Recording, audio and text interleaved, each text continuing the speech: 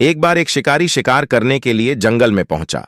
उसने अपने तीर पर बहुत ही खतरनाक जहर लगाया और शिकार को निशाना बना करके उसने तीर को छोड़ा, लेकिन उसका तीर चूक गया और तीर एक पेड़ पर जा लगा।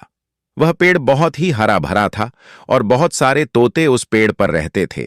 जैसे ही वह जहरीला तीर उस पेड़ पर जाकर लगा, वह पेड़ धीरे धीरे सूखने लगा और उस पेड़ पर जो भी तोते रहते थे वह एक एक करके उस पेड़ को छोड़कर जाने लगे।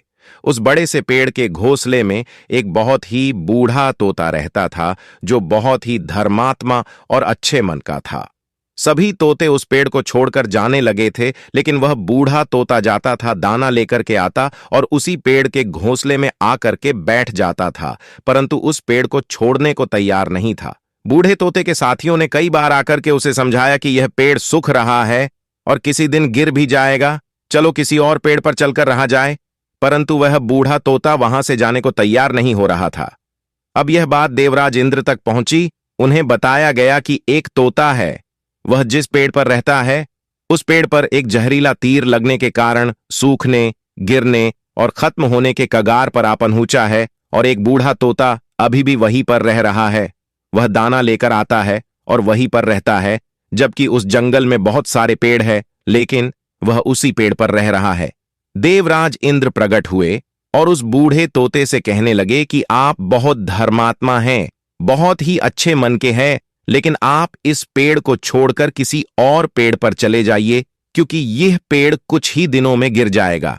तालाब के पास में बहुत से बड़े बड़े हरे भरे पेड़ हैं, बड़े बड़े घोंसले हैं, उन पेड़ों पर फल भी लगे हुए हैं, उन्हें वहीं पर तोड़कर खा सकते हैं, परंतु यहां से आप चले जाए। तोता बोला, माफ कीजिएगा, इस पेड़ ने मुझे जीवन दिया है, शिकारियों से मेरी रक्षा की है, हर मौसम में मेरे साथ रहा है, ये घोंसला मेरा घर है, यहां मैं पला बढ़ा हूं, इस पेड़ को मैं छोड़कर कैसे जा सकता हूं? इस पर संकट आया है तो क्या मैं इसे छोड़कर चला जाऊं? मैं ऐसा कभी नहीं कर सकता। देवराज इंद्र तोते के इस बात से बहुत ही प्रसन्न हुए। उन्होंने तोते से कहा, मैं आपके इस बात से बहुत ही खुश हूं, मांगो जो आपको मांगना हो।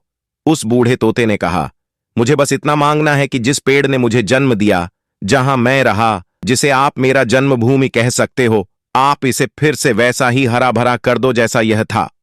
देवराज इंद्र ने अमृत से उस पेड़ को सींच दिया और पहले की तरह हरा भरा कर दिया। अब वापस से उस पेड़ पर आकर के बाकी तोते रहने लगे। वह बूढ़ा तोता कुछ समय तक और जिंदा रहा, फिर उसकी मृत्यु हो गई और वह स्वर्ग में चला गया।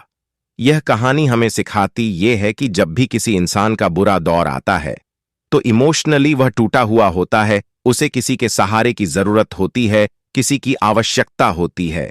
अगर आप ऐसे समय में उसे छोड़कर चले जाएंगे, उससे बात नहीं करेंगे, मुंह मोड़ लेंगे, तो आपसे बुरा कोई नहीं है, क्योंकि आप किसी के सुख का साथी बने या ना बने, लेकिन आपको हमेशा किसी के दुख का साथी जरूर बनना चाहिए।